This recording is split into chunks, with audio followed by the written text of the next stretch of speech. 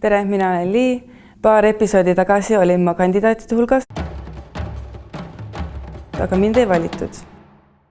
Nii et täna haaran ohjad enda kätte. Minu tüüp on hea huumorisoonega, väga töökas inimene ja hästi vabameelne inimene. Ja täna vaatame, kummaga neist tekib tal klikk. Tere, mina olen siis Toomas, olen humoorikas, iseloomult sõbralik, suhtleja, meeldib vestelda, väljas käia ja muusikat kuulata. Veidik olen ka romantik ja vastavalt inimesele valin ka teatud romantilisi olukordi. Tervist, ma olen Kennet.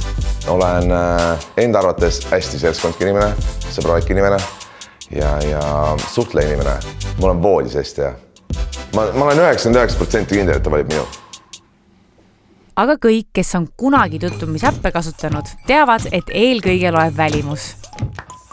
Kohe saadavadki osalejad endast kõige ilusama pildi. Kumba sa pildi järgi valiksid? Iseenesest tundub kena noormees. Soeng on natuke mööda, aga ma saan aru, et ta on just ujumast vist tulnud. Ja ilmselt see rätik reedab ka veel seljas selle. Ma arvan, et tal on suht suva, mis teised tast arvavad, et mis on muidugi väga hea. Okei. Ma tean seda inimest. Ma nagu nii täpselt ei mäleta, aga noorusajast kunagi, ma arvan 10 aastat tagasi kindlasti. Võib-olla ma hääle järgi ei tunneks seda ära, nii et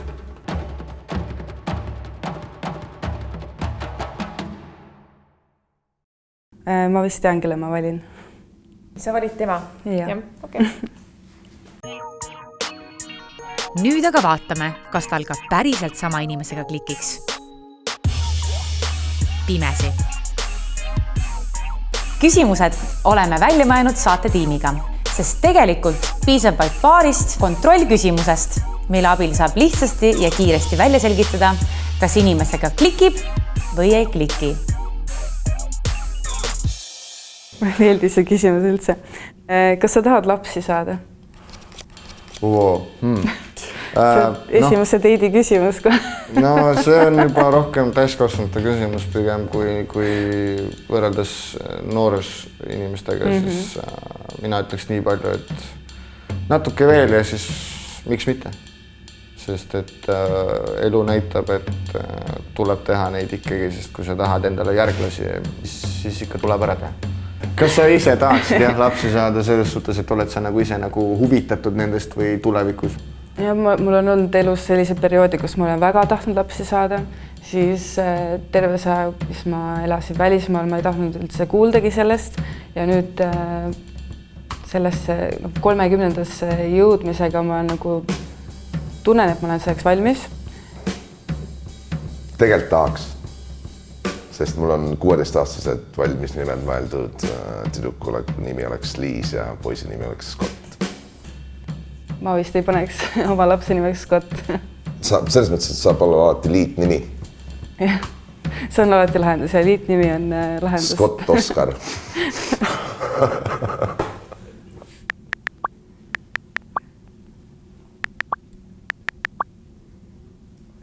Kirjelda oma õuduste kohtingut. Pigem ma ütleks, et kui ta hakkab kohe mu rahakoti kallale kukkuma, siis ma ütlen kohe, et kahjuks, et mul on tegemist ja mul on kiire ja siis ma tõmban nuttu, ütlen, et aitäh mõnusa kohtumise eest ja panen minema. Kuna ma olen Grand Old tutvumissaadete inimene, siis ma käin mu õuduste kohtingani reisid ja sinuga saate kohting. Sõitsime Värskasse ja meil olid protseduurid ka, välgid särgid, mudavainid ja need. Ja siis ta oli nii pealetükkiv, et see oli hirmutav. Ta oli küll 2 aastat minust vanem, aga tema olemuselt ja sellest tundus nagu 26 aastat minust vanem. Et ma oleks nagu emaga seal olnud teidil, kes tahab mind suudelda. Et see oli väga ebameeldiv. Naine köögis, mees tööl. Kõlab hästi?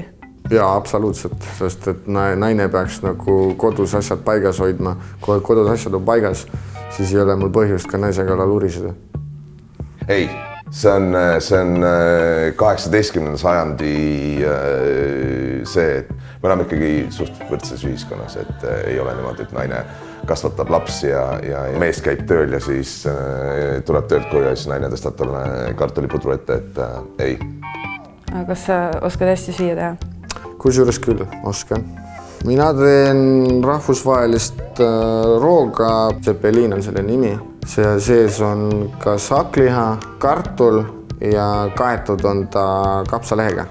Et ja, mulle meeldib köögis kokota ja selles mõttes, et mulle meeldib nõusid pesta, aga samas mulle meeldib nagu tolmuimejaga tolmuimeda ja aknaid pesta. Millegipärast mul on aknapesemisfetis, mulle meeldib aknaid pesta, ma võin tulla tasuta sinu aknaid pesta, mulle meeldib see, millegipärast on see tegevus, mis mulle meeldib, akende pesemine.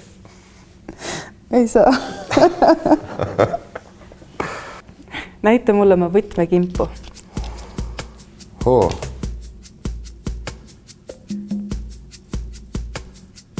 Sul on päris palju võtmeid siin.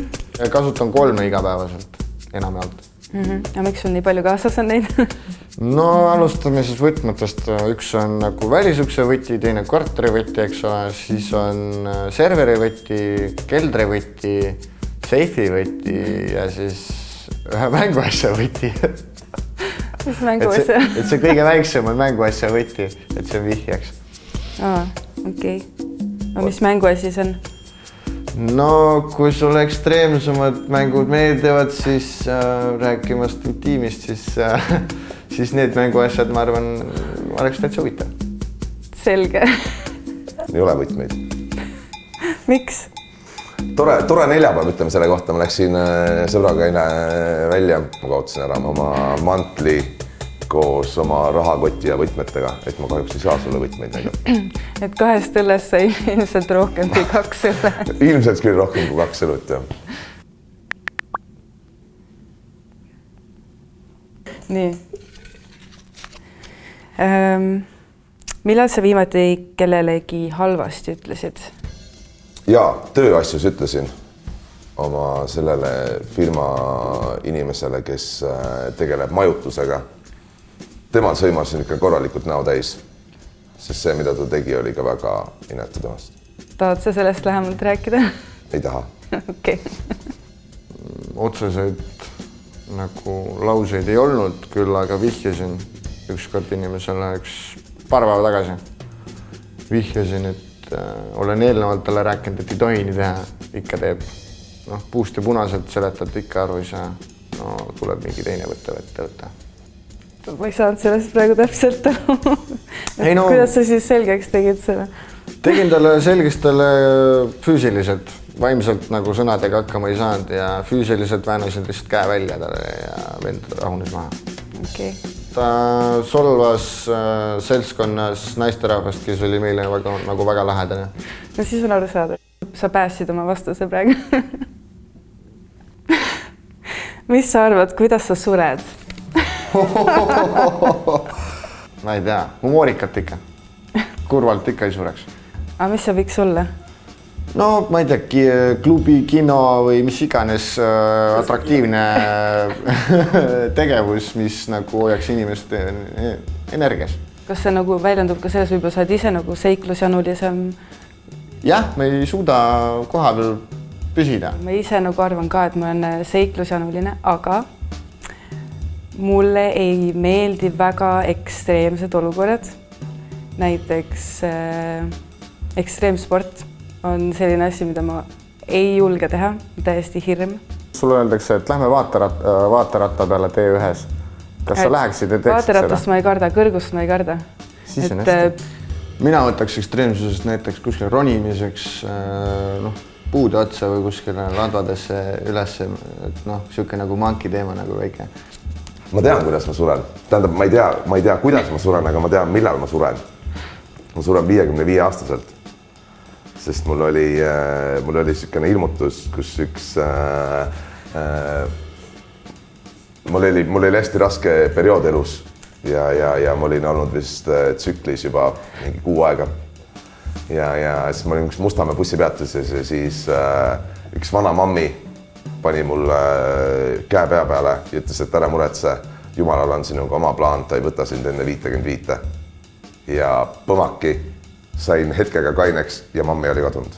Et ma võin lubada endale hästi palju ja siis ma maksan oma karma 55. Kas sa siis eladki niimoodi nagu, et teen kõike, mis tahan ja kuni ongi nii? Arvatavasti, kui ma hüppaks katuselt alles, ma jääks ka ellu. Okei.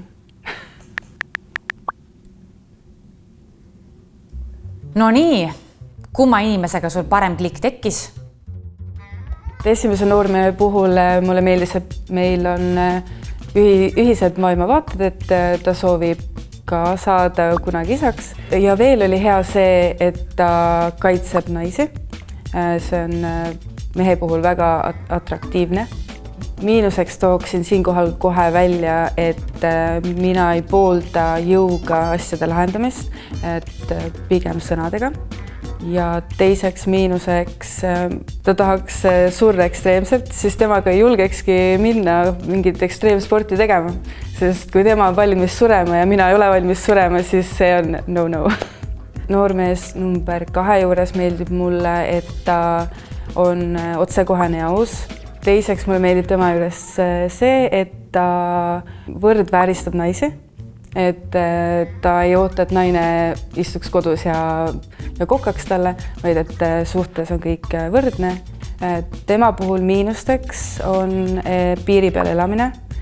Mind natuke hirmutab see, kui inimene arvab, et ta teab, kui kaua ta elab ja et ta võib teha kõike, mis seal pähe tuleb. Teiseks miinuseks on see, et me oleme varasemalt tuttavad. Ma sain jutu põhjal päris kiiresti aru, et see ongi see inimene, keda ma tean ja see on minu jaoks kergelt miinus. Ma ei oleks seda minevikus kindlasti oma kaaslaseks valinud, aga sellest on 10 aastat möödas ja tänase jutu põhjal ma annaksin talle kindlasti võimaluse. Ma valin tema. Ma teadsin. Aga kas ta eelistas sama inimest ka pildi põhjal?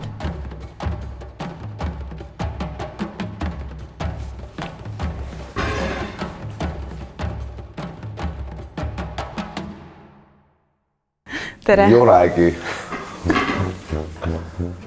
Minu tunned ära? Tunnen. Me oleme tuttavad.